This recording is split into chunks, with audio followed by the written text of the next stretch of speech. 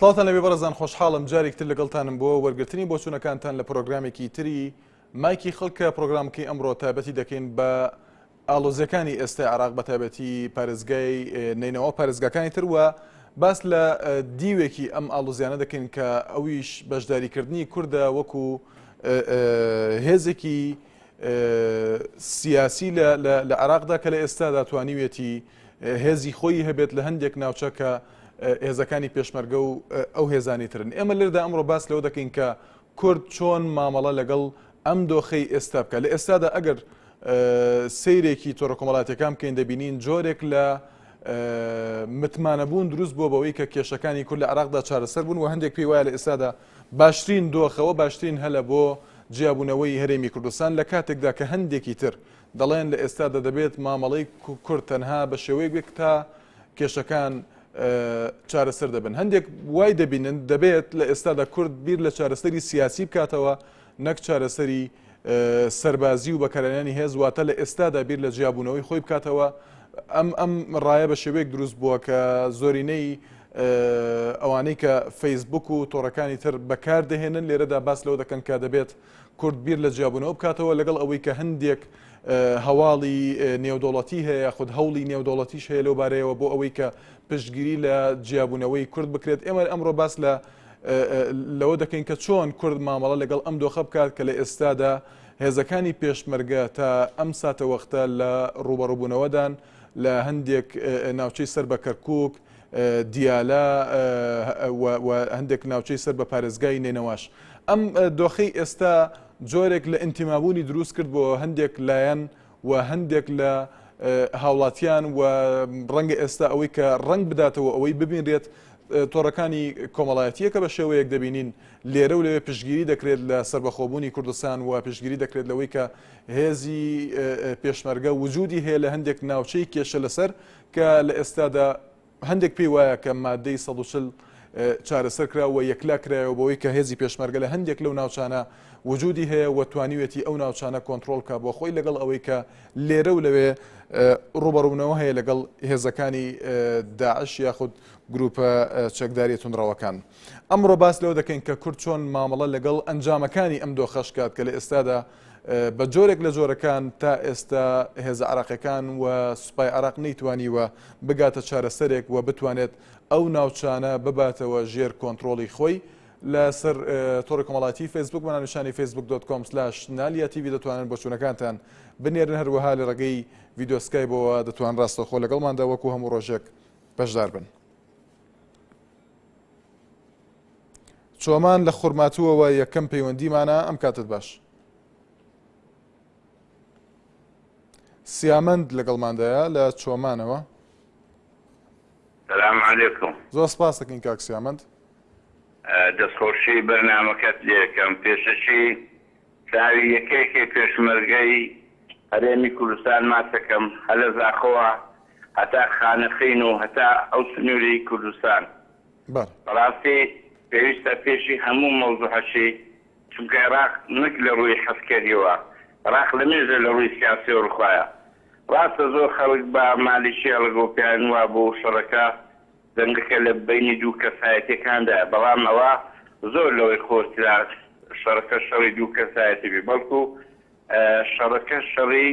بەڕاستی شەڕەشی تایفی و مەسەبیە، هەتا عێراق نەبیتە سێ پارچە ئەبێ ئەو شەڕە ببی. بەس ئەوەی پێویستە کورد چی بکە؟ پێویستە کورد بەڕاستی ماڵی خۆی یەک لاکاتەوە، ماڵی ڕێک بێخیتەوە، ئەوجا سنوورەکان بەرهەڵنەدا زۆر ئاگای لە پێشمەرگە بی. بەڕاستی پێشمەرگە یعنی بەڵێ سپاس بۆ کاک سیامەند لە چۆمانەوە. پێشڕەو لە هەڵەبجەوە ئەم کاتت باش کاک پێشڕەو. باشی کاک شۆنگیان زۆر سپاس دەکەین. کاک پێشڕەو پێش جەنابەت زۆر سپاس دەکەین. کاک سیامەند پێی وایە دەبێت ماڵی کوردی لە ئێستادا یەک بخرێت. ئەم دۆخەی ئێستا وای کردووە کە لایەنەکان یەک بگرن و یەکدەنگ بن، پێت وایە؟ ئەروەڵا کورد دەبێ یەکدەنگ بێ لە ماوەیە فرسەتێکە بۆمان چاوی یەکە بەیەکە پێشمەرگەکان ماچەکە من وەکو گەنجێکی کاک پێشڕەو تۆ دەڵی دەبێت تا ئێستا پێت وایە نەبووە لایەنەکان یەکدەنگ نەبوون؟ یعنی لایەن وەکو کێ کاک شوان؟ لایەنە سیاسیەکانی هەرێمی کوردستان، حەزبە سیاسەکان. ئەبێ یەک دەنگ بن لەم کاتەیە ئەبێ یەک بن بۆ گرتنەوەی ئەو ناوچەدا بڕاوانە بەڵێ ئەبێ یەک دەنگ بن و چاوی یەکە بەیەکە و پێشمەرگانە ماچەکەم من وەکو گەنجێک ئامادەم خۆم ببەسم بچمە ناویانەوە لە پێش یای هەمویانەوە ئامادەین بە هەمومان بەڵێ دەستخۆشی بەرنامەکە و لێکەم و زۆر زۆر سپاس بەڕاستی هێزی عێراقی ئەوە هەر هێز نییە بەڵێ سپاس بۆ کاک پێشڕەو لە هەڵەبجەوە هۆشمەند لە سلێمانیەوە ئەم کاتت باش کا گۆشمەند کاکسان ئەگەر مەجالم بی تۆزە کاتەکەم بۆ درێژکەیتەوە من مەمنونە بم فەرموو کا گۆشمەند بەڵێ من داوا لە هێزی پێشمەرگە و سەرکردەکانەکەم واز لە ملبەلانەی حزبی بێنن تا ئەم دەخناوە ئێمە بە هەموو چواردەورەکان و وەڕای گشتی ڕابگەین کە ئێمە هێزێکی سیستامیمانێنەوەکو هێزێکی پەراوێزخەر و حەدم نییە منەوە قسە بکەم بڵێن میلیشیادەی تا ئەم دەخەیە باشمانێناوە کردایەتی کورد ئەبێ لەم دۆخەی کە حالێن ئەم ناوچەیە کە ئەکوڵێت ئەمە زۆر لەوە گەورەترە کە خەڵک باسی دەکە ئەمە پیتاکە دش بە چونکە هێزێکی وەکو سوپای عێراق بەو هەموو ئەفلاح قورسە و بەو هەموو چەکە و جوبەخانەیەی کە ئاوا بە یەک چەقەنە تەسلیمی کرد ئەمە پلانجێڕیە ئەبێ ئێمە زۆر لەوە گەور سەربەخۆیی نەکەین چونکە هیچ وڵاتێکی دەرو دراوسێمان هیچ نقەیەکی لێوە نایە نە بە چاک نە بە خراپ ئەوەشی کە لە ڕاگەاندەکانە باس دەکەی ئەڵێن گوایە تورکیا دەکات یعنی ئەمە پلانجێڕێکە دش بە کورد داوا لە هێزی پێشمەرگە ئەەکەم و سەرکردەکان و فەرماندەیەکان هیچ حسابێک بۆ ئەو سەرکردانە نەکەن کە تەفرەقە ئەخاتە بێ سپاس بۆ کا گۆشمەند لە سلێمانیەوە ئەرکان لە هەڵەبجەوە ئەم کاتت باش کاگەرکان ئەم کاتە وەستاشوان زۆر سپاس دەکەین کاتشوان لەسەر هێزی پێشمەرگە من پێم وایە ئەمە پیلانگەڕێکی زۆر زۆر گەورەیە لە دژی کورد بەڕاستی پێشمەرگیان خستە جەنگێکی نەخوازراوی نەگریتەوە کە کۆتاییشی پێ نایەت بەڕاستی ئەبوایە سەرۆکایەتی هەرێمی کوردستان جەنابی بەرزانی ئەو بڕیاقی نەدایە کە هێزی پێشمەرگە بەشداری شەڕی داعش بکات ئێمە ئەبوایە سنوورەکانی خۆمان بە هێزی پێشمەرگە بپارێزین نەک بڕۆین هێرش بکەین سنوورەکانی خۆمان قایم بکەین پەلاماری هێزی داعش نەدرایە لەبەر ئەوەی هیچ مالیکی زۆر زۆر لە داعش خراپترە بەرامبەر کورد و هێزی پێشمەرگە و بەرزانی و هەموو نەتەوەکانی کورد مالیکی هەر کاتێک داعشی لەکۆڵ بێتەوە ئەکەوێتەوە گیانی کورد ئەوە زۆر زۆر تاکید بە کاکشوانەوە ئەبوایە جەنابی سەرۆکی هەرێم ئەو بڕیاڕەی نەدایە کە هێزی پێشمەرگە بەشداری شەڕی داعش بکات. بەڵێ سپاس بۆ کاگەرکان لە هەڵەبجەوە عومەر لە سلێمانیەوە ئەم کاتت باش کاک عومەر ئەم کاتەی باس کاکە گیان داوا لە میلەتەکەمان دەکەم هەموویان هاوکاری پێشمەرگە بکەن پێشمەرگە شەرەفی میلەتی کورد ئەمڕۆ داوا لە هەمجا پەرلەمانەکانی دەکەم دەو معاشەی خۆیان بیکەن بە هاوکاری بۆ پێشمەرگەکانمان ئیتر سوپاسانەکەم سپاس بۆ کاک عومەر لە سلێمانیەوە سۆران لە کەرکووکەوە ئەم کاتت باش کاک سۆران ئەم کاتت باش زۆر سپاس فەرموو کاک سۆران دەستخۆشیەوە بەرنامە جوانەتان لێکەم هیوادارم هەموو کەناڵەکان وەکو کەناڵەکەی ئێوە پشتیوانی پێشمەرگەی ئەو قارەمانە نەبکە کە لە دەوروبەری سنووری کەرکووکدان بەڕاستی ئێمایسە لە کەرکووک زۆر ئارام دەژین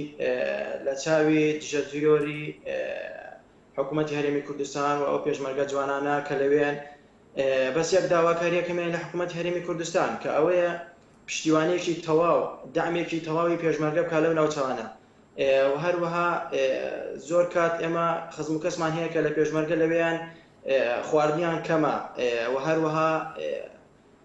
نەبوونی ئاو لەم جۆرەشتانە و هیوادارین حکوومەتی هەرێمی کوردستان ئاوڕێ لەو شتە بداتەوە و بەجددی بێنە سەر شاخشە قسەیان لەگەڵا بکەن و داواکاریەکەم لە سەرۆکی هەرێمی کوردستان مەسعود بەرزانی ئەوەیە کە خۆی وەکو بەرپرسی چەکدارەکانی هەرێمی کوردستانە کە پشتوانێکی تەواوی پێشمەرگە بکە لەو ناوچانە. بەڵێ سپاس بۆ کاک سۆران شکار لە کەرکووکەوە ئەم کاتت باش کاک شکار کاکشوانم کاتە باش سپاس هەموو کاتێکت باش فەرموو کاک شکار دەستخۆشی بەرنامەکە لێکەم زۆر سپاس دەکەین بەڕاستی کاکشوان ناتوانم بڵێم ئەو خەونی کە کورد مەسەلەن ئەو ئاەتی کە دای من خەونی پێوەدەبینی ئەندای من باز دەکرا ئەو خەونە خەریکە بێدەبی یعنی خەونی بەدەوڵبوونی کورد خەریکە بێدەبی ویسە هەموو لایەنەکانە هەموو کورد بە یەکدەنگ بین هەمومان پێکەوە ینی هەوڵ بدەین نەخسانی کە دابڕاوە بینەوە سەر هەرێمی کوردستان پێت وایە بە چ شێوەیەک بخرێتەوە سەر هەرێمی کوردستان وە کۆتەڵی کاکشکار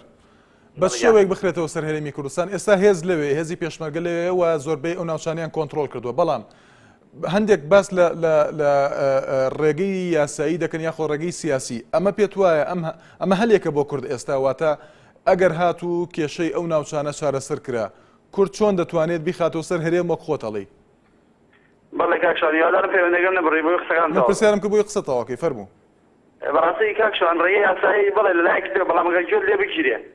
یعنی تۆ لە ڕێگەی یاساییەوە گوێت لە ناگیرێت تۆ چی بکەی کەواتە لە ڕێگەی یاساییەوە گوێت لە نەگیرە ئەتوانی هێز بەکاربێنی تۆ وڵاتی خۆتە ئەتوانی خۆتی لەسەر لێ دەکوش کات زەمەت ناکە ئێستا کورد توانیوێتی تەنها وەکو هێز وڵاتی خۆتە ینی وڵاتی خۆتە دەویست ئەگەر ڕێگەی یاسایی گوێت لە نەگیرە ئەتوانی بە هێز بینیتەوە سەر خاکەی خۆت. بەڵێ سپاس بۆ کاکشکار لە کەرکووکەوە بەڕێزان ئێمە لە سەرەتا پرۆگرامەکە ئاماژەمان بۆدا ئێستا لە ڕووی سەربازیەوە کورد ئێستا هێزی هەیە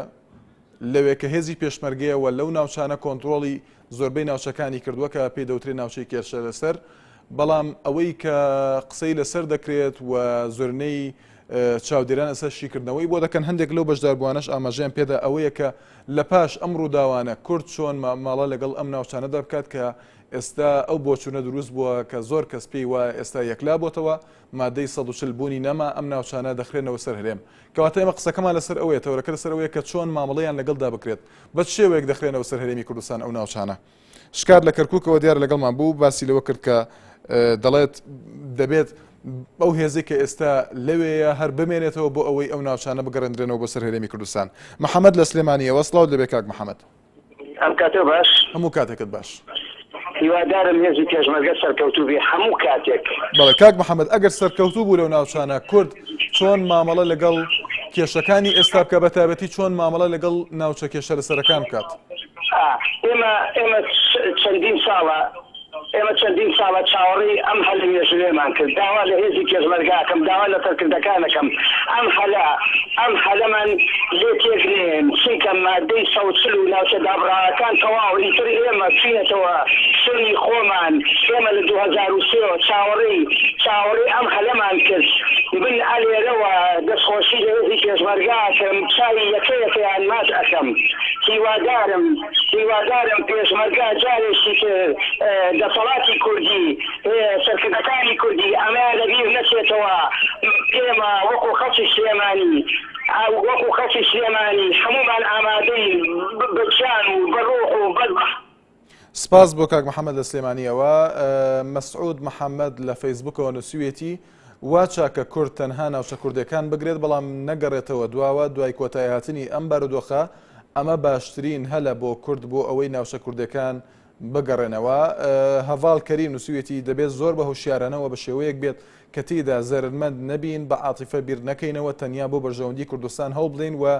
لە ناوچە کوردستانەکانی دەرەوەی هەرێم پاشەکشە نەکەین ئەمە دوا دەرفەتە نابێت لە دەست خۆمانی بدەین. لە زاخۆوە ئارام لەگەڵماندایە زۆر سپاس کاگارم. بله امی بیدن کو جناب مسعود باردانی و نیچیروان باردانی چاره که بینن کو لیوان نظیر و او میلازم و شوفیری توی بذرین بو هریمه او روجار تکریت داعش هرش کریتر او دوماهی کت بود محافظه صلاح الدین گوت خونه بردن بله محافظش بریوان چو او مانه دوماهی که او مجبیر بین چون داشتیم بو بعض للدجال به سر هذا كعراق وكو مسائل حق هاتنا حدث كلنا ومواهي كتشان روجا كا وباصوانة همي بيساروشين انتني او شوفيرة كخلق استعمال ما يبقى ملازمة كخلق استعمال ما يبقى بناوي شوفيري وي هاتنا حدث كلن ناحية الدجالة دقاعدة دا خارج نيتشيروان بارزاني ومسعود بارنكو چارك بين بو گواستناوی بو هرمه و چونکو مگومان لسر هيا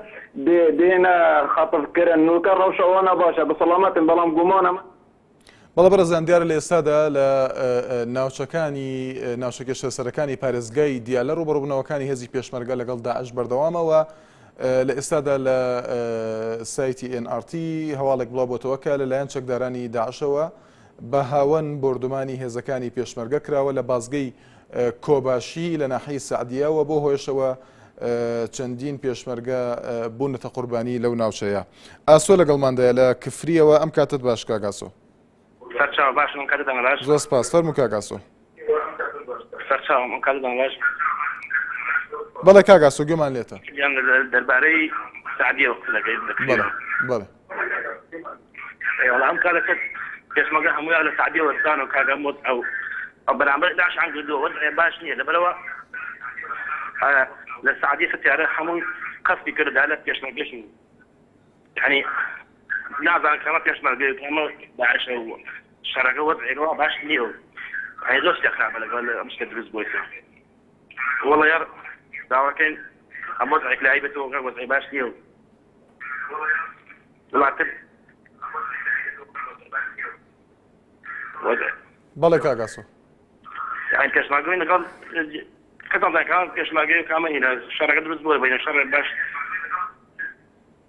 بەڵێ سپاس بۆ کاک ئاسۆ لە کفریەوە.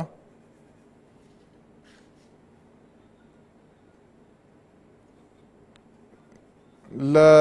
بریتانیاوە پەیوەندیەکمان لەگەڵدایە یاخود لە ڕێگەی سکایپەوە لەگەڵماندایە کاکە جوان لە بریتانیاوە.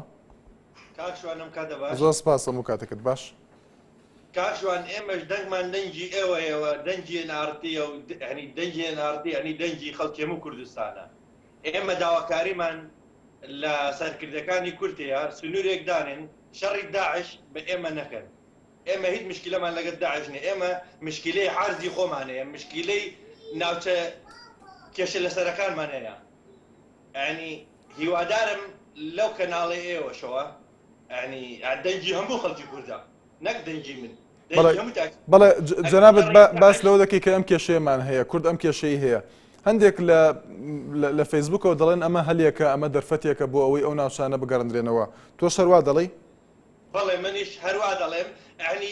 خەڵکی کورد بە خوێن و بە ماڵ و بە هەموو شتێک لەگەڵا کەرکک و ناوچە دابڕاوانەکان بگەڕنەوە سەر کوردستانەوە تا کەناڵەکانی ئێرە و سپاس بۆ بەشداریکردنت محەممەد لە سلێمانیەوە سڵاو دەبێ کاک محەممەد.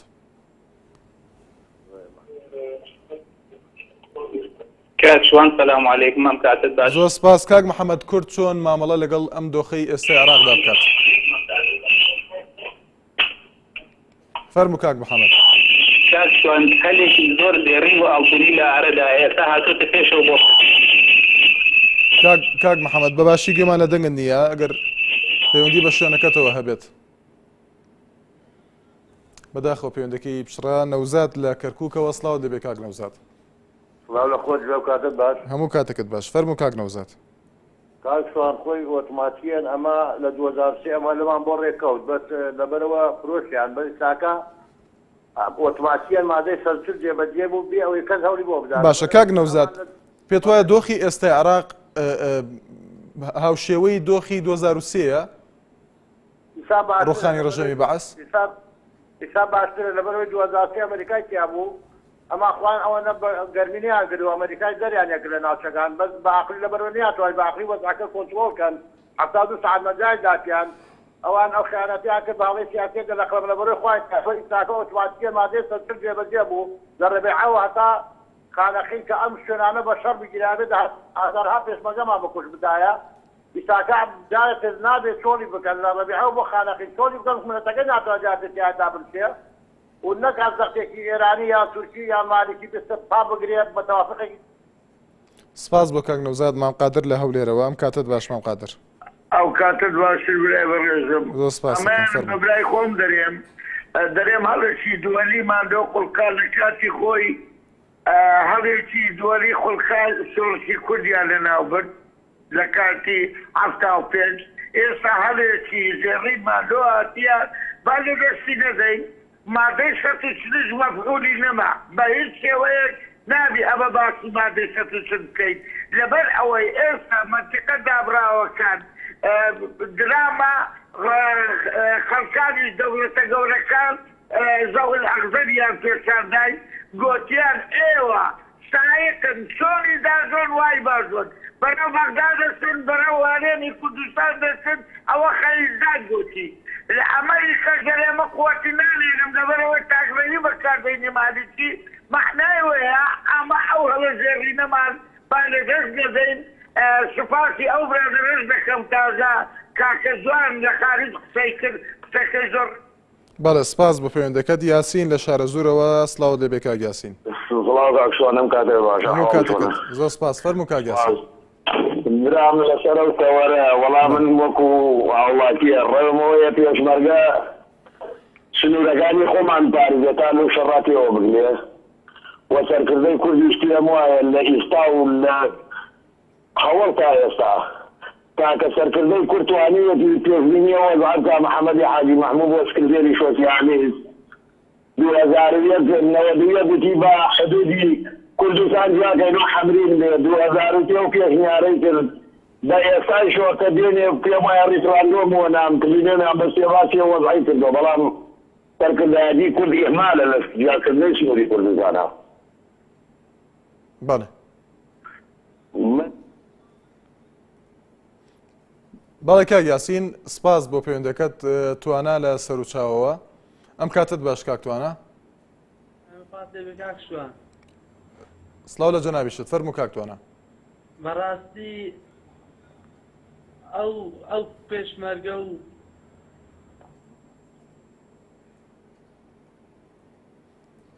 بەداخەوە دیارە نەیتوانی بەردەوام بێ لەگەڵماندا حەمید لە هەولێرەوە ئەم کاتت باش کاک حەمید ئەو کاتتان باش لەو دەری پایتەختەوە سپاس دەکەین فەرموو کاک حەمید دەست خۆش بۆ تەوەری بەرنامەکەت بەڕاستی ئێمە دەبێت لە هەموو ڕاگەیەکەوە ئەوە هەڵسەنگاندنی بۆ بکرێت هەر کەسە بە تێڕوانینی خۆی دیارە ئێمە لە ڕاگەی ئەسکەریەوە بەڵێ ئەوە هێزی پێشمەرگا ئەو ناوچانەی دەرەوەی هەرێمی کوردستان بەڵێ ئەی لە ڕوانگەی سیاسیەوە کاک حەمید لە ڕوانگەی سیاسیەوە لە پاڵ مێژوو جوگرافیادا بەڕاستی دەبێت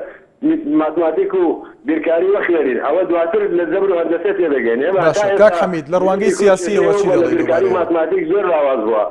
یعنی ئێمە من بەردەوام کتووە بەڵێ کاک حەمید لە ڕوانگەی سیاسیەوە باس لە ڕوانگەی سەربازی کرد لە ڕوانگەی سیاسیەوە ئەم کێشەیە چۆن دەبێت حەل بکرێت بەڵێ بەڵێ بەڵێ تێگەیشتم لە پرسیارەکەت دیارە ئەگەر ئارەزوومەندانە ئێمە دەوڵەتی کوردیمان بۆ دروستکەم دژمناتی عەرەب ناکەین یعنی بە چه عەقڵێک ئێمە دژمناتی 200 ملیۆن عەرەب دەکەین ئەوە دەبێت عەقڵ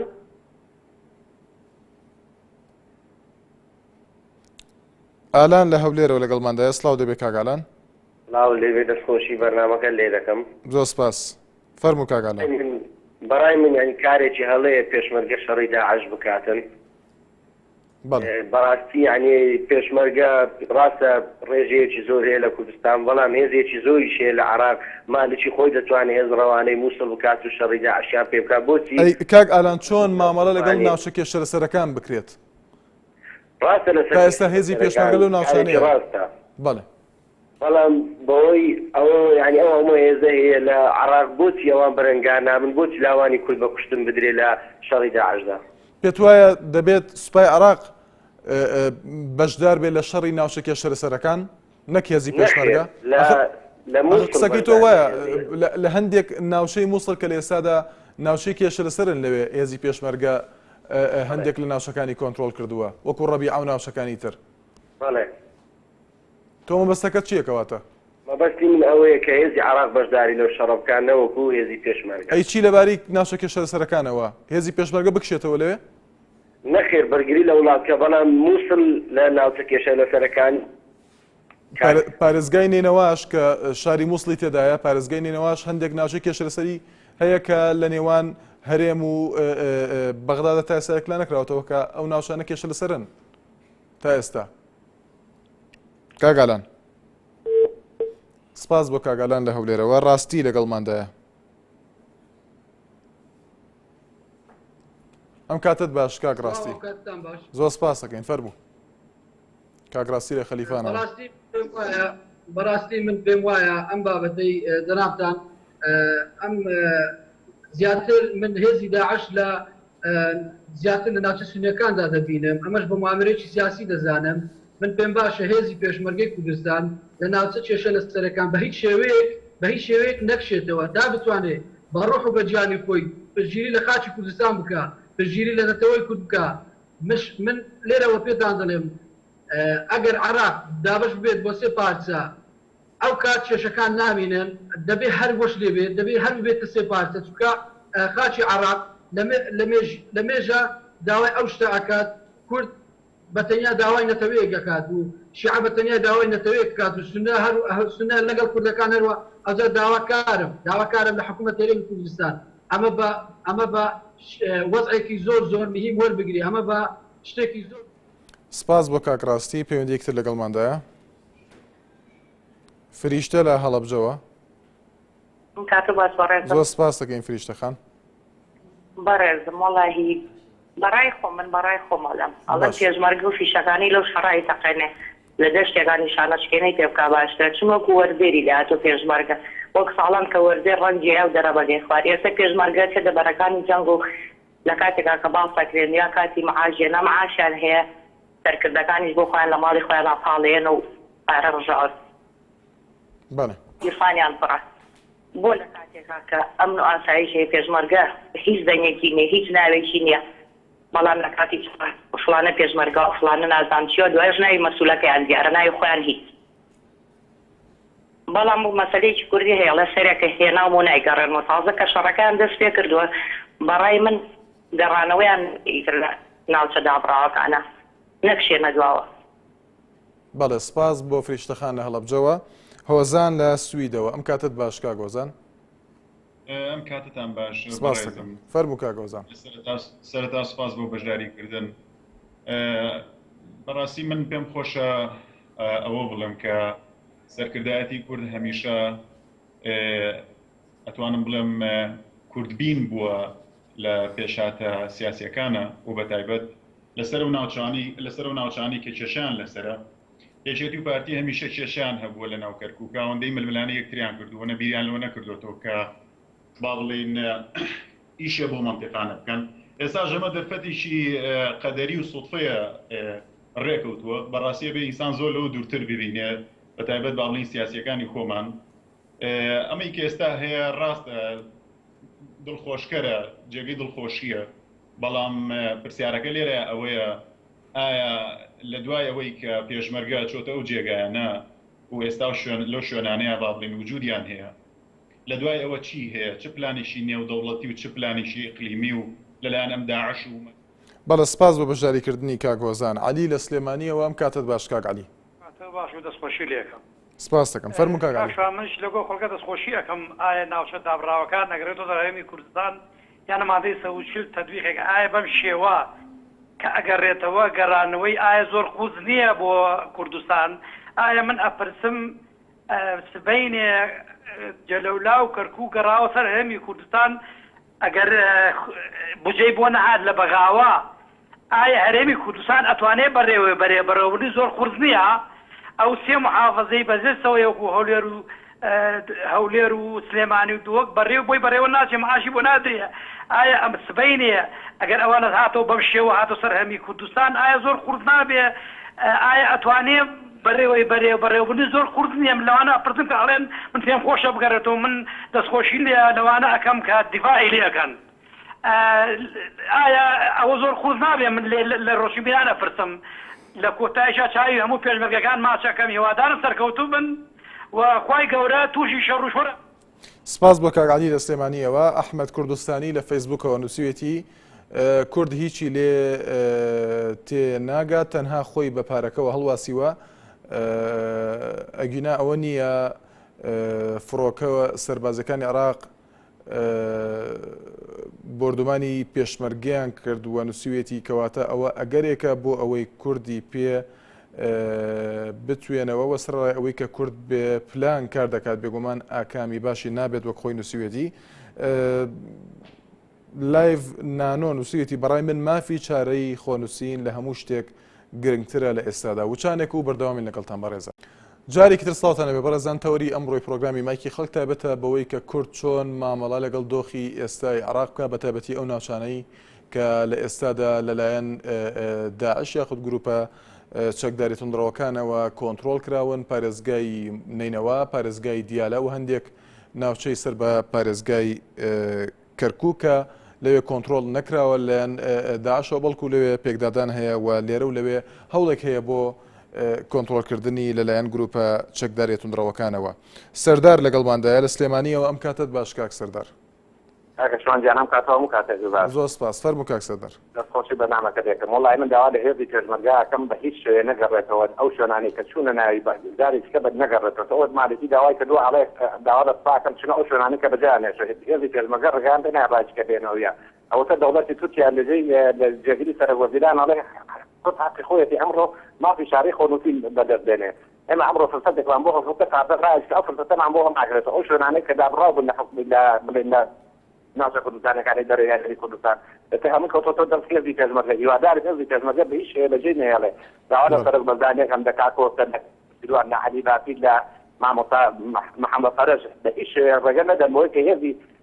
داعاش و هێزەکانی سپای عێراق گەڕێنە ئەو شوێنانە شوێنی کوردە تازە فرسەتێکمان بەدەست هێناوە بە هیچ شێوە ڕێگە نین دەستۆشی لە هێزی پێشمەرگاکەم چای یەک بە یەکیان ماجەکەم دەستۆشی لە هێزی زەرەبانیەکەم بەڕاستی کارێکیان کردو هێزی پێشمەرگە تەری هەموو کوردیان بەرز کردوەوە هیوادە سپاس بۆ کاک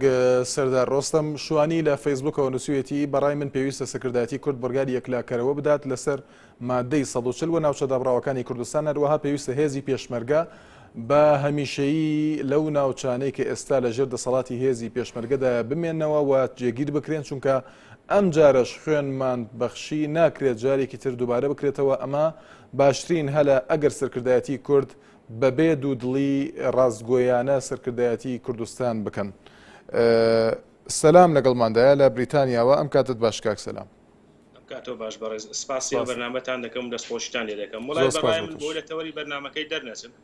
هەر ئەوەیە حەزم دەکرد بڵێم ئەگەر بێت و پێشمەرگە لە ئاستی بەرگریدا بمێنیتەوە تەنها ئەوە نەبێت کە پێشڕەوی بکات لەبەرەوەی ئێمە نازانین ئەو پێشڕەوی کە پێشمەرگەیەکە ئەو خوێنەکە دیگە ڕێژی بۆچی دەڕێژی بەڕاستی ئەگەر قەرار بە سودنە ناگری جێشی عێراقیش ئەوڕۆ ئەگەر ماوەیەکی بدرێتێ مانگێکی بدرێتێ دوو هەفتەی بدرێتێ کە توانین دەسەڵاتی نیە و زانیە ئەگە توانای نییە ئەو کاتی ئەمە لەسەر منتیقەی کوردەکەی بتوانین دیفاعی خۆمان بکەین و لە دەست داعشی دەرهێین و ئەمجا پاشەکشە نەکەین بەڵام ئەمڕۆ بەبێ هیچ لەبەرەوەی دەستوری عێراقی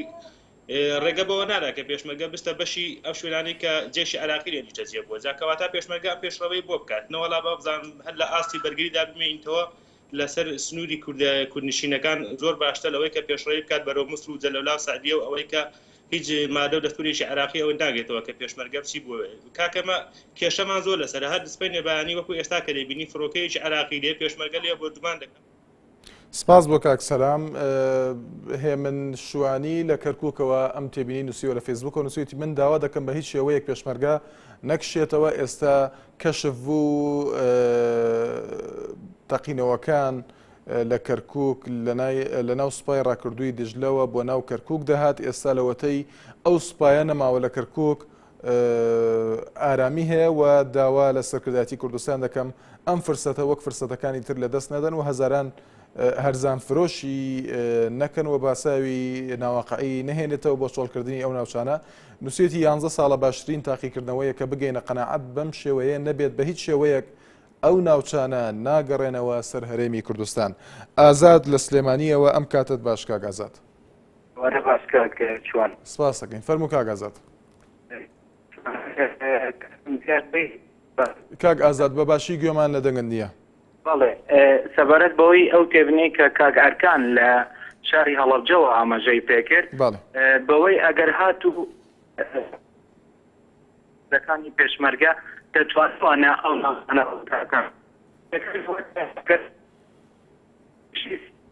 کاک ئازاد بەداخەوە باشی گوێمانە دەنگی نییە غەریب لە نەرویجەوە ئەم کاتت باش کاک غەریب. کاکەم کاتتان باش. سپاس دەکەین فەرموو کاک غەریب. سلااو لە هەموو پێشمەرگەیەکی بە شەرەف دەست خۆشیان لێ دەکەم. بەڵێ بە ئەم سەرکەوتنە داوا لە پێشمەرگەش دەکەم لەم جێگانە جێگیر بن ئیتر پاشەکشان نەکەن. بەڵێ ئەمە تەواویتر بەبێ مادەی 140 ناوچە دابراوەکان خۆی گەڕایەوە سەر کوردستانیش ئیتر داوا دەکەم بە هیچ شێوەیەک نەگەڕن پاشەکسەش نەکەن و بەڵێ کاک غەریب بەڵێ جیان کاک هۆزان لە سویدەوە بەشداری کرد دەڵێت لە ئێستادا هێزی پێشمەرگە لەو ناوچانەیەوە توانیوتی کۆنتترۆلی بکات بە پێی وتەی خۆی زۆربەی ناوچەکانی کۆنتترۆل کردووە لە ئێستادا ئەو دەپرسێت ئێستا هێزی پێشمەرگە لەوەیە بەڵام لە پاش چارەسەرکردنی دۆخی ئێستای ناوچە عێراقیەکان ئەم دۆخەی ئێستا چی بەسەر دێت کورد چۆن مامەڵە لەگەڵ ئەو ناوچانە بکات ئەو دەڵێت لە پاش ئەم کێشانە دەبێت کورد چی بکات والله کورد ئەوە هەڵەیەکی بۆ دانیش ینی ئیتر بەسە پاشەکشە نەکەن باش ئەگە پاشەکشە نەکات دەبێت چی بکات آخر دەبێت چی بکات چۆن چارەسەری سیاسی بدۆزێتەوە بۆ گەڕاندنی یاخود گەڕاندنەوەی ئەو ناوچانە بۆ سەرێرەمی کوردستان بەڵێ برای بەڕێزم داوا لەم سەرکردانەش دەکەم ئیتر بەسە جارێکی تر ئەمە ڕێک ناکەوێتەوە نەیکەن بە مادەی 140 جارێکی تر باشە کاک غەریب بەڵێ سپاس بۆ پەیوەندەکەت عەدنان لە سلێمانیەوە سڵاو دەبێ کاک عەدنان هەموو کاتێکت باش فەرموو کاک عەدنان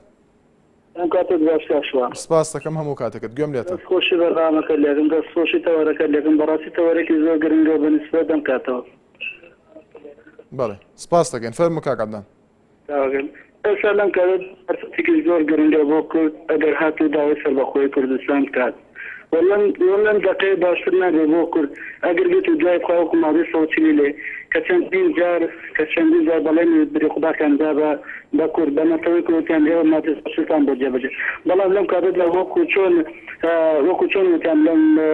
ڕۆژاوتیان ناوچە سنوورەکان لەژێر دەسەڵاتی داعشە و ئێستا کوردەکان ڕزگاری دەکەن پێویستە لەم دەقە و ئاڵای کورد لەو ناوچە سنووریانەدا بنرێ و نابێت کورد لەو ناوچانە بکشێت و چونکە ئەگەر هاتوو بکشێتەوە ئەو دوای قەزێکی ترە بەسەر کورد ئاشکێت و هیوادارم هەموو ڕاگەاندنەکان بە یەکسە باسی ئەم ڕووداوانەکەن وە سپاس بۆ کاک عەدنان لە سلێمانیەوە باخان سلێمانی نووسێتی باشە ئێمە ساحیبی حکوومەت و پەرلەمان و هێزی خۆمانین ئێستا کوردستان هەمووی لەدەست پێشمەرگەیە چاوەڕێی چین بۆ دەوڵەتی کوردی ڕاناگەێنن سەرۆکەکەمان لەکوێیە هونەر حەمەسەلیم نووسێتی ئەرێ بەڕاست ئەوە کەشتی نەوتەکەمان چی لێ هات ئەم داعشە چاک هەموو شتێکی بیربردینەوە بڕوا لەگەڵماندایە لە ڕانیەوە سڵاو دەبێ کاک بڕوا خۆشی بەرنامەتان لێ دەکەم زۆر سپاس دەکەین داوا لە کوردەکەم یارمەتی پێشمەرگە بدەن بەڵێ لەبەرەوەی پێشمەرگە نەبا ئێستا کوردستانی لەژێر دەستی داعشدا بوو چوگار سپای داعش هاتە مووسڵ یەکسەر سپای عێراق قوسان کەسی لێ نەما لە مووسڵ داوا لە کوردەکەن یارمەتی پێشمەرگە دەن چوگە پێشمەرگە نەبا ئێستا کوردستان لەژێر دەستی داعشدا بوو هەموو عێراقیان گرت بوو بەڵێ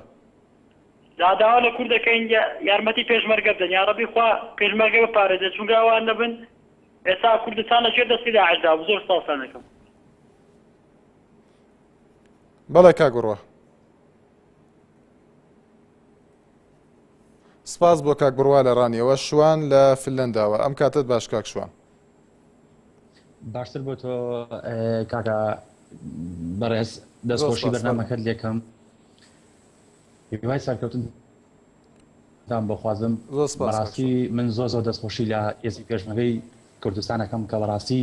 ئەرکێکی زۆر پیرۆزیان جێبەجێ کردووە هیوای سەرکەوتنیان بۆخوازم هیوادارم کە جەرگی هیچ زایکێکی خۆشەویست نەستێ و بەڕاستی ئەوەی کە هەمە لێرامەی بڵم بۆ سەرکردایەتی کوردستانەوەیە